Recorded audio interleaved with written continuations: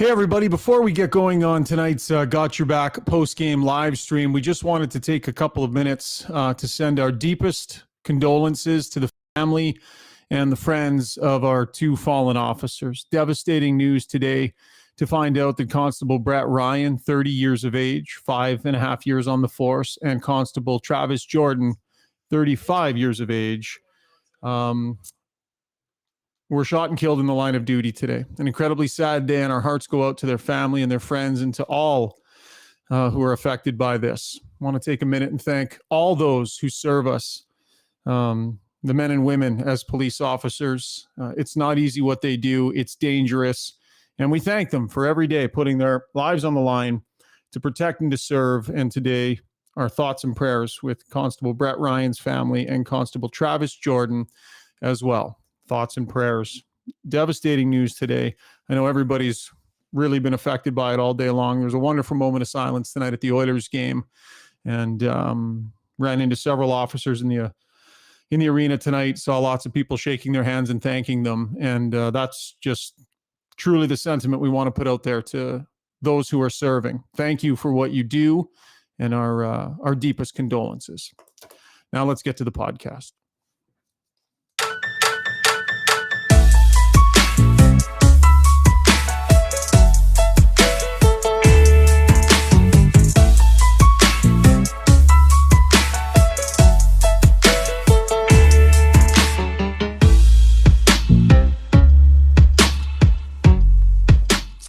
All right, folks, and welcome to Got Your Back post-game live stream edition. I'm Ryan Rishaug. We're going to get to Jason Strudwick in just a moment. And, of course, the pod is always brought to you by our good friends over at Mr. Dirk, located just off White Avenue and 102nd Street. Mr. Dirk, of course, your one-stop shop for all your clothing needs. If you're a businessman looking to up your game around the office or look sharp at your next meeting, or if you want to sharpen up your look around the office, they got a wide selection of amazing suits, shirts, ties, and shoes. Had a chat with Sterling. They've got some new shirt stock in.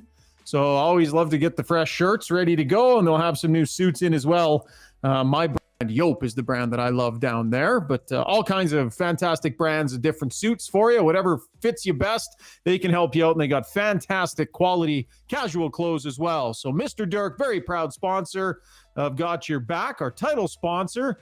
Go check them out. White Avenue and 102nd Street, your one-stop shop for all of your clothing needs. As we check in with the man, Jason Strudwick. Struddy, how you doing tonight, pal? I'm good, buddy. Really enjoyed that game. You did, hey? My kind of hockey. I'm coming here just guns ablaze and feeling good. Yeah, you know what? Like Gregor and I were sitting in the press box tonight, and at first we were sort of like, man, there was like 3 icings in the first couple of minutes. So we'll get to breaking it all down in just a couple of minutes. But yeah, that was like, for a guy that had his game rooted in defense like you did, I could see how you would enjoy that, because I thought the Oilers played a real nice defensive game tonight. That studio still looking good, buddy. It's tight. It's tight. We're not quite there yet. I think your camera's a little bit tilted or something still, or you're kind of cutting off. Is that Magic's head there you're cutting off? Yeah.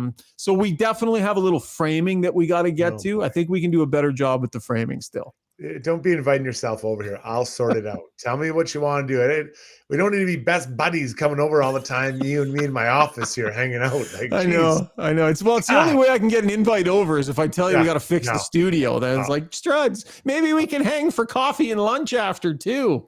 Since you were here last, we've moved. Yeah. To Leduc. Exactly. By the way, we're a 3-man crew tonight. So you and I have been doing a lot of live streaming lately, but we do have Chris Sabunia joining us as well, our good friend and our tech out in Kelowna, though it's only going to be the voice of Zuby that we can hear tonight. And we are live streaming on YouTube and on Twitter. So we're definitely going to get to your comments and your thoughts on the game tonight. Zuby, let's just check you, make sure that everything is working properly. You can hear us, Zuby. Can we hear you? Voice of Zuby. It's because I'm in my bathrobe. I chose to be. Oh boy. not visually involved. That's why you were booted off the podcast for like a month and a half for wardrobe violations. Exactly. Mr. But Roper. you bring all these wood paneling and stuff over to Strud's house, but nobody's sent me a different color hoodie in the mail yet. You can get one for like $8 on Amazon. Yeah, that's well, we do what we need to do. Nothing but budget. So if you guys need some clothing allowance, we can talk about it on the pod, and we got Mr. Dirk as a sponsor. So I think we can definitely sharpen things up beyond a house coat, Zoobs. I get it's so comfortable. It's so comfortable. We're all getting over the flu here, so it feels like the right thing to have on. Listen, Struds, I had the opportunity to say a couple of words off the top of the podcast, but you've been in this town a long time. I know you know people who have been with the service, Edmonton Police Force, and I know this is something that really affected everybody. So obviously, if anything you'd like to say at this point too, I'm sure you echo the sentiments I began with. You absolutely you captured it for sure, and it's just a gut punch. I heard it early, right away when I woke up, and you just feel sick on so many levels. They're out there trying to keep us all safe and the city organized, and you hear that happening, and it's just a sick feeling. So I'm thinking about those families and the whole force and everyone who was affected, who knew them. I feel terrible. Yeah, I reached out to my brother today. He's an RCMP officer in Kelowna, and just checking in, and some others that I know that are part of the force. And I just can't say enough how much we're thinking about them today, because really, really difficult day. And just again, thank you so much for what you do. And just a really, really tough day. So our thoughts and prayers go out to them. Okay, let's get to breaking down a hockey game that I think Oiler fans have to feel probably pretty good by. And after, time for the breakdown, brought to you by DLR Vinyl Products. They supply some of the nicest maintenance-free fencing and decking products out there. If you've got wood in the backyard and you're worried because spring is on the horizon and you're thinking about the staining and the sanding and all that stuff you got to do with wood. Well, the beauty of vinyl, you never have to worry about that again. You put it in, it stays beautiful. For decades, it looks like it's brand new. Vinyl products from DLR Vinyl are definitely worth the effort, and definitely encourage you to consider going with DLR Vinyl if you have any fencing or decking that you need. They've got locations in Calgary and Edmonton. Those are my brothers. Rick runs the branch here in Edmonton. Rob runs the branch out in Calgary. It's a family business, and happy to have them on as sponsors of our breakdown segment. So, Struds, what's your headline for tonight's game? If I were to say to you, Jason Strudwick, sum up this win by the Oilers, you would say to me, it was a playoff game performance. Ooh. Right? And we've been talking about this. This is something that I've been looking for, a maturity to the game where there's not, there can be a frenetic pace on your forecheck and the way you attack offensively. But for the most part in their zone, they were pretty much in the right place. I guess the one goal against, you can maybe talk a little bit about tying up sticks, but for the most part, it was a controlled effort in their own zone. There was some times where Dallas is in their zone and good, they're a good team. That's one of the best teams of the Western Conference, but they didn't panic and they didn't break. So, a playoff caliber performance, something I'd like to see them carry forward another, what do they have, 14 or whatever games left. Redo that a few times, Shugger. That was sloppy in the early going though, bud. Like I was sitting up there with Gregor, and then there was one icing, and then there was two icings, and then there was three icings, and I'm looking at the clock. We're like 2 minutes and 10 seconds into the game. We've had three icings. I thought the passing was horrendous in the early going, right? Couldn't complete the simple passes. And I'm thinking, oh boy, like sloppy start. But then they dialed it in, man. Like they really dialed it in. And suddenly everything just got super crisp. And they started making some really nice plays. Oh, they sure did. And I mean, you can look at, the pass from McDavid to Foegele, understanding, Foegele, yeah. They understand, no, Janmark. Was that to Janmark? The 2-on-1? Yeah, sorry. Yeah, 2-on-1. That was to Janmark. Janmark, yeah. But I mean, those are the type of plays you do, but you've got to have that foundation of steadiness. And when the Oilers get in trouble, and I'll go back to the Toronto Maple Leaf game, it's a little bit chaotic. And you want to take that chaotic nature out of your game. And, I thought, you don't want to make passes cross, through the middle of the ice unless you have to, unless you know it's going to get there. And they tried a couple times and they kind of got lucky, but just simple plays up the wall, take the puck up a speed up the ice and get into their zone play down there, because the Oilers, they can run a half court offense. And I know that doesn't sound sexy and people want to see goals off transition. I want to see pucks in the offensive zone. That's what I want to see, and bump and grind. And that to me is a more sustainable winning formula. You can still score off the rush sometimes, but you don't have to every time. Lots of love from Matthias Ekholm on the stream so far as we go to the Weiss Johnson mentions. Where was the one? RPK 1974 says Ekholm is the best defenseman this team has had since Pronger. Tell me I am wrong. Throws down the gauntlet there. Early days, for sure. It's early days to say that. There have been some decent D-men that have come through town, but the point is, what is he, +8? I think Maddie was telling me he's been on the ice for just a couple of even strength goals in the time that he's been here. Like, once again tonight, let's look at his numbers here, Struddy. 22-38, and he's +3. 4 takeaways, couple of block shots. I mean, this guy's doing everything but winning faceoffs. Yeah, I'm not going to take that personal about saying he's the best D-man since Pronger. Obviously, I think it was a shot at you. I think it was just he was like, oversight. Other than President Cumberly excluded, we definitely the best one. No, but honestly, I think that he was exactly what they needed. You know, and how many nights did we sit here and debate about who they needed, what kind of D-man, what it looked like, what if left-handed, right-handed, you know, all that stuff. And Ken Holland nailed it. You know, so far this has been exactly what they need. And I think he's a veteran presence, steady on the ice, but steady also in the dressing room. He's been to a Stanley Cup final. He understands that pressure. You know, he spoke to a little bit about playing with young defensemen. Like, there's a lot of things to like about this guy. And, you know, Bouchard game he also seems to be ticking up. So, yeah, he absolutely nailed it with this move. And I think we could also give him some credit for the Bjugstad trade as well, where you're only paying, I think it's 4.5. That's for $450,000 for Bjugstad. Yeah, I mean, I like Bjugstad's contributions because it's in the fine corners of the game. It's in the not pretty areas of the game. It's in the offensive zone corners. It's in, you know, defensive zone. He's a decent back checker. I like he's grinding on face-offs. He's big and stringy and gets in the front of the net. And it's not pretty, but he's a big guy and he just goes to the areas you want your players going. I like the details in his game, even though he's not used a ton and he's a bottom 6 guy, but 15 minutes, you know, 7 hits tonight. I think that led both teams, I think. And in a game like that matters. It does. And I thought he had a couple nice bursts of speed today that I didn't know he had, right? And maybe he surprised people because he's kind of big and they usually have that longer stride. But listen, Bjugstad wasn't brought in here to be a top 6 forward, probably not even be a top 9 forward. He was brought in to fill a specific role.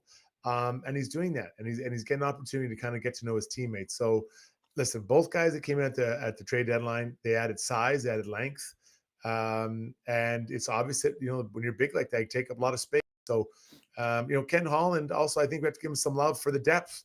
You know, how long have they been talking about? Got to get better depth. Well, you're starting to see some depth now. Contribute, and you don't even have Zach Hyman in the lineup, which would push another guy down into that bottom 6. Another goal for Connor McDavid tonight. And man, I did a piece a week or so ago on the shooting instinct that Connor McDavid has developed, just that real shooter's instinct. And we saw that on full display tonight, Struds. That goal that he scored, if you go back a few years, McDavid just shoots the puck. He might take that shot, but he takes it in a different way. There's something about the way he's shooting the puck and his intention to shoot it. And you can tell he's moving to a space not to try, like before he'd move to the middle of the ice thinking maybe there's someone backdoor. You know, now he's moving to the middle of the ice because he knows exactly what he wants to do with that thing, and he's doing it. Yeah, I'll take it into the mind of a D-man there. So McDavid has the puck. He passes, so he's the most dangerous player on the ice. He passed the puck down to Leon Draisaitl, who is the second most dangerous player on the ice. So you've got to kind of figure out what's Leon going to do? Who's he going to pass to? And while that's happening, you know, Connor McDavid moves to the quiet ice that's open.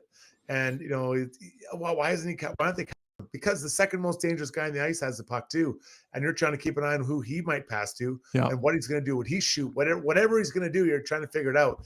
And in that moment, that creates just a little bit of breathing room for Connor McDavid, and he gets it in the worst place possible. for a defending team, which is right in the slot. And he has time. And for him, he doesn't need time. He just needs a little space. And even that, he doesn't need a lot of space. And he buried it. And huge goal at that moment. I believe it was 2-1.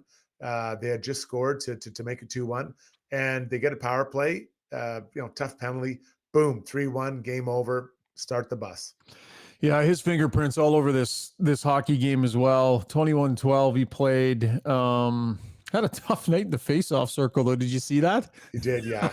Yeah, it was tough. I'm kind of a prick for pointing it out, but it was 17% in the face-off circle tonight. But, man, a couple of high-skill plays. Like, one of the nicest plays he made on the night didn't end up in a goal, where he was chasing. Remember, he was chasing a puck into the offensive zone, and it was kind of looked like it could maybe be a 2-on-1. And then you're thinking, oh, he doesn't quite have the angle. And then all of a sudden, he's like, he pulls the 180, takes the puck with him, slides it over, the perfect play, and creates a scoring chance. But between the goal he scored and the 2-on-1 setup, I mean, the shorthanded goal, like, McDavid's fingerprints are all over this game and all over this win. What I liked is actually when Robertson tripped him, and you could tell that he was pissed. Like tripped or need? Yeah, need, tripped, whatever you want to call it. He stopped them, and Robertson had to do it. I mean, the guy had a breakaway out of it, probably, or 2-on-1 at the very least. Just chuck the knee out there, eh? Like, sure. Like, yeah, well, I'm not saying I like the knee, but I'm saying that's what he had to do. He did what he had to do. He didn't have to do that anyway. Well, how else he supposed? He kind of cross-checked him, and he kind of knee-on-kneed him. I didn't think it was the grossest, I think, but let's not get into the fine points of was it a knee or cross-check. But his response, Connor you can tell he's playoff hungry. Like, he was pissed. The next shift, he was out there. He took a couple runs at guys, and I like that. Like, the guys dialed in, and his teammates see that. If you're not ready to go and your captain's playing like that, the most offensive player in the world, buddy, you're going to get left in the dust. See a little bit of love for Warren Foegele as well in the Weiss Johnson Twitter mentions. So, Zuby, you can go ahead and get a couple of those comments ready. I will remind you, they've got 45 years in the business, so they bloody well know what they're doing at Weiss Johnson. Should you need a new furnace, garage heater, air conditioner, hot water tank, or any of those things serviced, Weiss Johnson is absolutely the place to go. Edmonton's #1 choice for heating, air conditioning, plumbing services. Give them a call, 780-463-3096. I know for a fact that Dennis felt good about the Oiler win tonight. And Zuby, I know we're running this through your board, but I think I can still play the jingle from my board, can't I? Let me try it here. Can you guys hear this? Yeah? Whoa, hey. You got it? Okay, good. Always got to have the jingle. Zuby, to the mentions. What are the people saying, sir? Well, a little bit of talk on YouTube about how they didn't think Dallas looked very good, some of these folks. And one fella or gal, EM Storm, asks, how much did Dallas's schedule, road trip, 4 games and 6 nights, impact the outcome of this game? What do you think, Struds? Yeah, I mean, I think that's a reasonable thing to say. You know, you're asking. There's a little bit of travel there. You know, some games in there as well, and you may not have got them at their best night, but it happens. That happens to other teams as well. The Oilers have had those kind of stretches as well. And you come out and you just play your best game. You know, you put them down. I thought Andre actually had a pretty good night.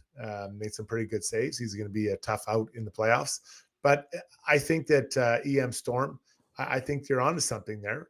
But you can only play who's put in front of you.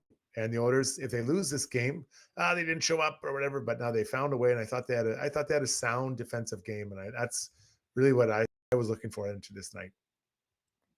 Some more there, Zoobs? Yeah, I got this one. Comes in from csab35 at Kelowna.com.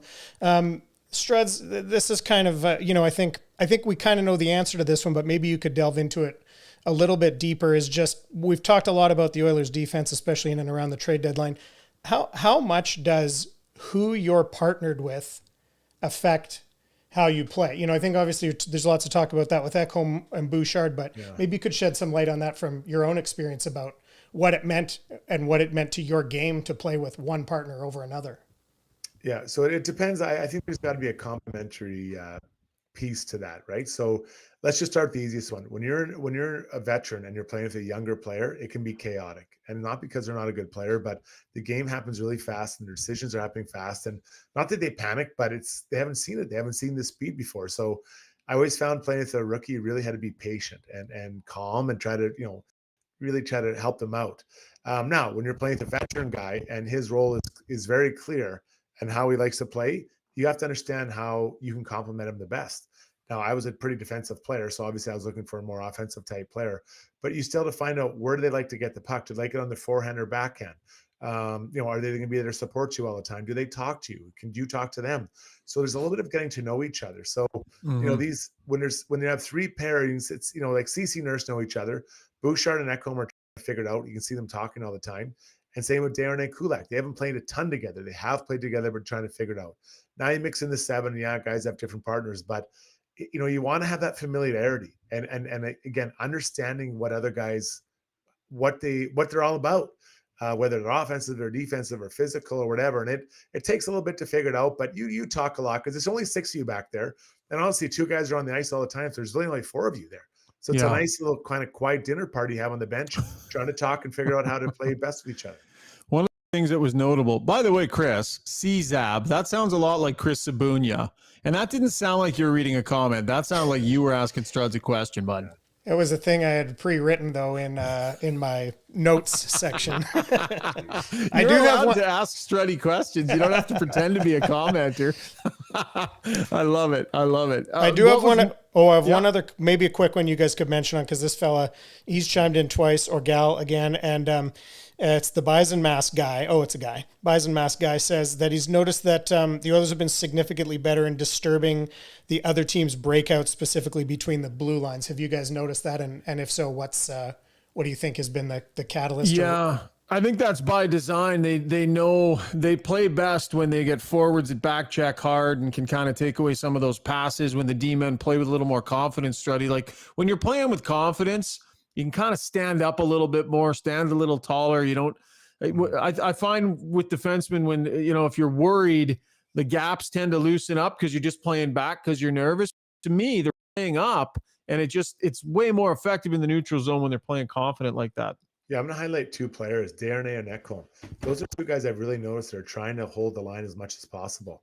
And I think the other night, I think Darren actually turned that into an offensive rush chance to sort into a goal, or turn into a goal. So those 2 guys that weren't here to start the year, now you add those guys in, and when they stand up, I think it gives confidence for other people to stand up.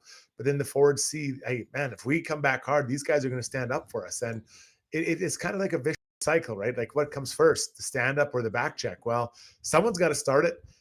So I think that it's a well-made point that's made by the Bison Mask guy. But I think those 2, I think, really add that element that weren't here for, I don't know, what is that game, 1 through 40 or 1 through 50? Yeah. Warren Foegele. We've been asking Jay Woodcroft a lot of questions about Warren Foegele recently here, and can he sustain it? That's the thing with him. He's got a couple of real good performances here, and when Zach Hyman gets healthy, obviously. But I think the question people want to know, Struds, with Warren Foegele is, can he push Kyler Yamamoto for a spot on one of those top 2 lines? Can he consistently push Kyler Yamamoto for one of those spots? My gut, people won't like this. My gut is no. My gut is he can be good for there in some stretches, but consistently night in, night out, Yamamoto is better at making plays when he has the puck, and nothing matters as much as your ability to make plays with the puck when you're with those guys. Foegele does a lot of great things. Yamamoto makes better plays more consistently. So my gut is that's not that realistic long term. What do you think? I think this is the best we've seen Foegele play since he arrived in Edmonton. Agreed. And I'd say that stretches for, this isn't just 2 periods. Like, I think we can go back a little while. I think he's really skating well and strong. He looks very confident, and he looks like a raging bull out there. Like, he's very noticeable, and he's fast.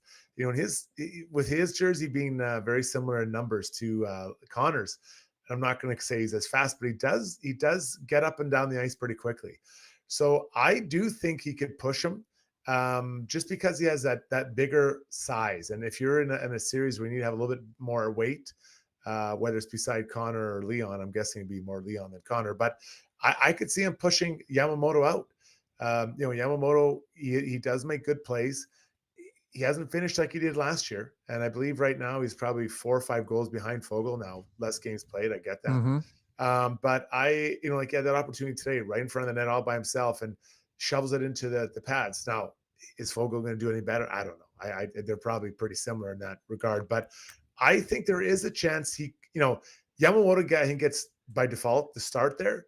But heavy series, or if Yamo isn't quite going, I wouldn't hesitate to put him in that spot. Yeah, I think he's a good option to slide in there, but I think Yamamoto is the default there. And depending on his health and how he plays, there's some other candidates to go there as well. I mean, if Bjugstad keeps playing this well and making plays and doing the things that he's doing, you wonder if there'll be a point in time if Yamamoto's not available, depending on Foegele. Like, would he be the next guy on the list? Or is that more you promote McLeod or you give... My thought is Bjugstad might be the next guy. Although, you know who else coach really likes? Janmark. Yeah, he might maybe get that boost ahead of him. Yeah. Well, just quickly, that line was on fire today. That line, I thought they were the best line on the ice. Yeah, Mark was funny though, post-game buddy. He actually said to us, I didn't think I played very good today, and I scored 2 goals. Like, he didn't like his own game. Yeah, no, fair point. But I mean, I look forward to seeing what the decisions are going to be made here. But you have a number of people pushing to get into that spot, because it's a coveted spot. There's one up for grabs in those top 6. Yeah, for sure. Darnell Nurse. So his career average is 22 minutes and 50 seconds on ice. His average this year, 23 minutes and 43 seconds on the ice. Right. Tonight's game, Darnell Nurse, 18 minutes, 47 seconds on the ice. 16:25 was at even strength. 18:23 for Matthias Ekholm at even strength. 16:29. Evan Bouchard had more even strength minutes than Darnell Nurse here. I think we knew that some of the load was going to be taken off Darnell Nurse when Matthias Ekholm was acquired. But, I mean, that's 5 minutes below his season average that he ended up playing here tonight. And, I mean, I don't know if he'll play that little moving forward, but just gives you an idea of how you can dish the minutes out and probably benefits Nurse's game, I would say, Struds. Yeah, long term for sure. And he puts a lot of miles on that guy out there, right? And he takes a lot of heat from fans and media alike. But he is a good defenseman, and I think that his minutes coming down isn't a bad thing, especially as you head towards the playoffs. We know when you get to the playoffs, he'll be playing a ton. But when you dress the 7, it gives you an option to maybe sneak out Broberg out there and take suck some of those minutes out of Nurse. But I do think, and as I watch Manson work the D out there, I do think he's trying to get Bouchard and Ekholm really dialed in together. Yeah. Because that is, I mean, I think that's pretty obvious, but he's going to want those guys, or the team is going to want those two performing well together as a pairing, and kind of forging that connection. That's, it's quite frankly, we'll see it this year. And I think we'd see that pairing next year together. It feels like the balanced pairing we've been looking for. Or the Oilers have been looking for with Bouchard. Huge difference for Evan Bouchard not having to be that main guy on his line, on his pairing. Like, just what an incredible difference. And it makes sense if you think about last year and the way he played next to Duncan Keith, and then the way he played this year, kind of managing Philip Broberg, a young Philip Broberg. Then you get him out there with a veteran like Ekholm. He's blossomed. He's been fantastic. And again, will the Oilers have the depth? Because one injury away from this blue line being troublesome. 100%. Yeah. Like, I think that's fair. It's troublesome if they run into injuries and nobody gets through the playoffs healthy. But when they're healthy and they're rolling out this group of blue liners, they look really good. That's going to be the subject of our next segment, takeaways, brought to you by Sherwood Buick GMC. Oh, nice, Zuby. Brought the logo in there nice and quick. Number 1 GMC dealership in all of Canada, 5 years running.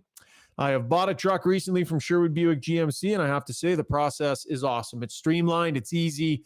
The sales staff is super friendly. They actually have trucks in stock, so when you go there, you can test drive something. You can actually get into a vehicle, truck, car, SUV, and go for a drive. You don't have to wait forever for vehicles to come in. They make the financing process really easy as well. Just a really cool vibe. They got some great classics there too. If you love classic cars, you got to go check out Sherwood Buick GMC. They've always got some cool stuff in the shop, and then they've got their classic shop. Just really, really good stuff. It's the big dealership just off Baseline Road on the way into Sherwood Park. So playoff readiness as a team, as a roster, as a game. Want to focus on that, Struds. Down the stretch, you try and iron the wrinkles out. When you know you're heading to the playoffs, and let's be honest here, the Oilers are, you try and iron the wrinkles out of your game. So as you evaluate the Oiler game, where do you think they're at right now as far as being playoff ready, and what do you think the focus should be down the stretch here? Well, I mean, we've seen some great games. I think tonight was a good game, and yeah, maybe Dallas wasn't 100%, but they still they're one of the top teams in the West. The Boston game, same thing, looking good. So there's two things I specifically want to look at. Number one is weathering the storm when the ice gets tilted, and that's not because the Oilers are playing bad or they're a bad team, but every game has momentum switches. It seems though for the Oilers, too often they might have a lead or it's a close game. Next thing you know, 1, 2, 3 goals in 5 minutes against, and you're like, what the hell just happened? Yeah. And now the game's out of reach, and now they have a tough time turning it back the other way. Case in point, Toronto Maple Leafs game in Toronto on Saturday. The other detail I want to see is the penalty kill. They've got to get this dialed in. I can continue to work on it. I thought it was better after Christmas. I think, if I remember correctly, it softened up a bit in let's call it the last, 5, 10, 8 games. They do, some of those games are maybe a little bit worse than others. Tonight they were able to, I think they killed off 3, or was it 2 they had killed off? I'll try and grab it here. I think off the top of my head, I think it was power plays Dallas. 0 for 3. So there you go. Yeah, so 3 for 3 for penalty kill. So you just want to have that. I know what it is, Shocker. You want to have that confidence, so that in a critical moment, you're winning 2-1 in a playoff game, and you get a tripping penalty that you're going to get at some point. You can roll out, whoever it is, Nuge and Hyman, or McDavid and Ryan, or whoever it is you want to roll, and just feel good that you're going to get this done. Yeah.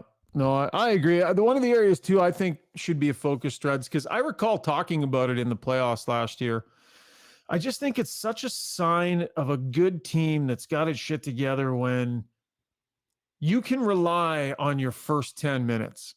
When you just know that at the start of a game, You're going to be ready to go, and you're going to, the effort, the intensity, the physicality, the attention to detail can be there early on in games. And I find that we are consistently talking about not a great start, but they still managed to pull one out, or not a great start, but they found their game, or not a great start, but.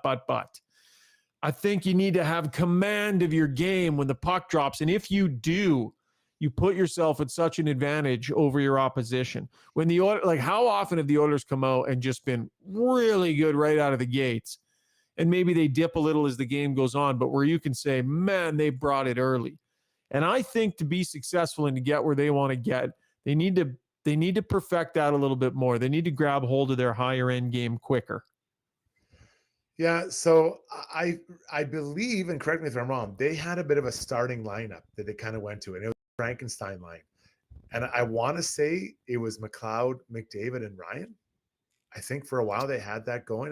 Do you mean back in the playoffs, or when do you mean? I think I want to say before Christmas. Earlier this year. Yeah. Yeah, I like that starter. Now, someone on the stream can tell me I'm wrong, and maybe you guys can. But there was some kind of a Frankenstein line, and I kind of like when you start a line that's maybe not a normal line together, because everyone knows that, hey, their job's to give this ball a good kick to get going, right? And I don't know what that line is. Is it Hyman, McLeod, and McDavid, or is it because it's not disrespectful to Kane or whoever you're taking off there, but you're like, hey, it's an honor to start a game. It's an honor to be the one who blows the first note through your trombone, and you set the whole tone for the whole concert. And so I'm looking for a Frankenstein line. I'm not sure who it is. It just feels like for me it was Ryan McLeod and McDavid. And again, I might be wrong. Doesn't it throw the lines out of rhythm though? Like, I mean, it's about more than just the first shift. Like, you go out, have a good shift, so that's the start of it, and that's really important. But it's about everybody's first 3 shifts that I'm talking about. You know. But I think it narrows the focus. We're like, hey, they think these 3 guys can start well. Yeah. And then like, hey, well, we didn't get asked to start. Like, starting a playoff game would be an honor that I would have loved to have had. I never had it.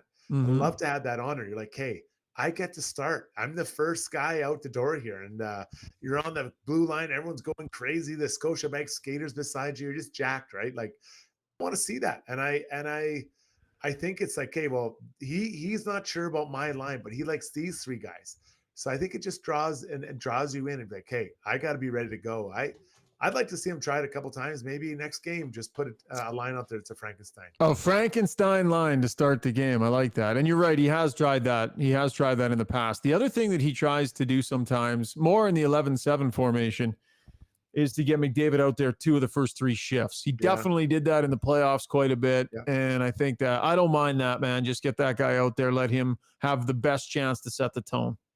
Yeah. So you could go Frankenstein line with McDavid, Leon Draisaitl's line, that come back with Connor's line, right? Yeah. 1, 2, 3, boom. That's the first 2 minutes mapped out, and then you kind of get into your other setup or whatever that looks like. But I don't know. I think just getting Connor wound up. I mean, come on, just wind him up and get him out there, right? And I think that people feed off his energy. Great players, they create energy by being great.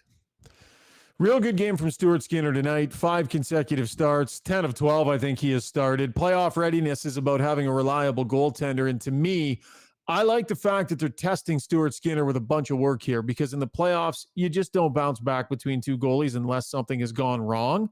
So I like the fact that they're really giving him a chance to get into a rhythm. So playoff goaltending, you can kind of, it's trending in that direction with Stuart Skinner here. His game is in a good place. And if he can keep it in this place for the playoffs, that checks a monster box, Struds. Yeah, I knew you were going to bring this up, so I was prepared. Listen, I think Stuart Skinner is good. And what I love about it is he's calm. You know, as a defender, you want to have someone behind you who's not all over the net and working it quickly. He looks very calm. By the way, it's a huge water bottle. Yeah. Do you like that? Yeah. That's Kuma great. Outdoor Gear water bottle. That's one of our other sponsors on the LeBrun pod. It's great stuff. Very distracting. Stay focused, man. Yeah, well, I can at the best of times I can. And you start dragging out a huge pylon and drinking out of it, throws me off a little bit. But anyways, so my point, Stuart Skinner, he's a valuable member. But, you know, to go back to your question a couple of ago, they also have to get Campbell. They need to have him as an option, not because I'm alternating goaltenders. That ship sailed. But if for whatever reason you want to go back to Campbell, you want him to have at least had a few good starts so that you can feel good about his game and be like, hey, whatever it is that happened, I can now take over for Stuart Skinner. If the playoffs started, if tonight was the first game of the playoffs, and for whatever reason you got to put Campbell in game 2, that's a tough one for Jack. Yeah. Yeah, also tough if you get an injury on the blue line and got to throw Philip Broberg out there on a regular shift. Like, it's preparing guys, right? But there's 5 other guys you can lean on. Yeah. The goalies, it's a very small, selection. So Struds thinks 50-50 split between now and the playoffs because, as he's been saying all year, they're going to need Campbell. That's been so 50-50, you figure? 60-40 Campbell, just to be sure, Struddy? Mark my words on what day is it today? March 16th. There's going to be a time where they're going to reach into the bin and they're going to need Campbell. Yeah. Everyone will be thanking me that they did this. So Struds predicts injury for Stewart's. No, I'm just saying something's. I agree with you. It always happens, man. I know. It's rare that a goalie plays every game in the playoffs. Rare. I know. I'm being a smart ass here. Yeah. I do really agree. And it's one of the benefits of the system that they have. Like, they brought Campbell in, and Campbell's a good goalie. He's shown he can give good performances in this league, and he's having trouble capturing it. But I agree, they need to give him enough work between now and the end of the regular season to at least have him feel like he's got a good fighting chance if he gets in there. Perks 17 says bottom 6 presence has been exceptional. Different guys stepping up on different nights. That was one of the other points I wanted to make about playoff readiness. Different contributions from different lines, guys chipping in. Feels like it's not just about McDavid, Draisaitl every single night. that to me is a sign of playoff readiness, having a group through and through that's contributing and getting things done offensively too, quite frankly. I really like that. I mean, and no Hyman tonight. Dylan Holloway still injured. So there's two more people that you can add, for depth. And Ken Holland was challenged when he came in here to figure this out, cap wise, how to build up that bottom six. Well, he's done it. Moved up Pugliarvi, and I don't want to get into that discussion, but moved that money out, was able to add a D-man. So there's depth there, and there's people that are there's the top five, I think, in the Edmonton Oilers, and then there's kind of, I'd say, 4 or 5 players that are fighting for that, that sixth spot on that top, and then that third line. They're all fighting for it, and then everyone else gets booted down. Like I think Shore's kind of where he's at, and he's playing well, but there's people fighting for it, and can get hot. Like Liam Costin was hot for a while there. He moved up. So when you have that many players that feel that they can play in that area, they're going to keep pushing, and you're going to have options, which is what is a coach's dream as you head into the playoffs for different looks. Healthy right now too, which is good. When this lineup is healthy, you can throw them out there against anybody and they'll give them a heck of a good game. So I think overall the theme here of our takeaway segment was playoff readiness. I think it's definitely trending in a good direction. Their game is trending in a good direction. Jay Woodcroft keeps pointing out their record. I think they said it was 23-2 or something like that when they give up 3 or less goals since Christmas time. When they dial it in, they have massive amounts of success just because we know they're going to get the offense, but when they get their defensive game in order, and it just seems to me, Struddy, that they're getting there a little bit more often. More often we're talking about, whether they win or lose, it was a pretty good effort here. They're not a lot of stinkers happening right now. And I think that consistency they talked about for so much of the year in terms of playoff readiness, I think it's trending in a good direction. And it is. And I 100% think you're right. And I'm sure that's being talked about, discussed, and highlighted every time they had to hit the ice or before a game. This is how we play. That's where the pucks go. This is how we play. And that's what you have to do. And it's people think it's sexy and it's all about Instagram dangles. No, that's the tip of the iceberg, right? The rest of it's all underneath. Everything you do in your own zone, how you come back to your own zone, how you defend your own zone, how you get it out of your zone, then how you come through your neutral zone, and then you get in the offensive zone. That's where you get the highlight reel stuff. But all the work to get to that point is well before it. Dynamite stuff, buddy.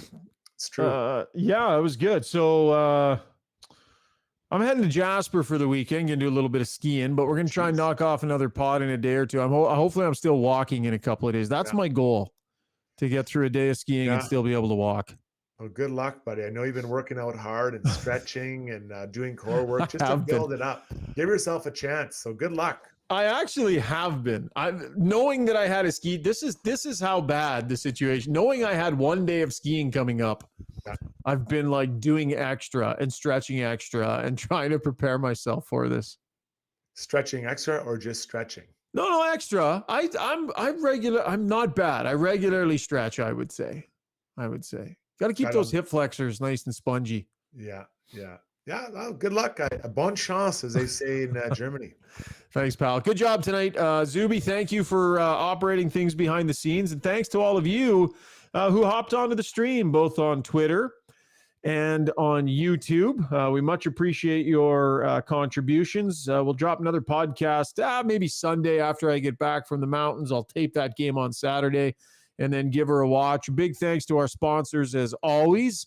Our friends at Mr. Dirk, DLR Vinyl Products, Sherwood Buick GMC, Weiss Johnson, and of course, the Horses, also a valued sponsor here on Got Your Back. Talk to you real soon, folks. Have a great finish to your night and a great weekend if we don't talk to you before then. Cheers.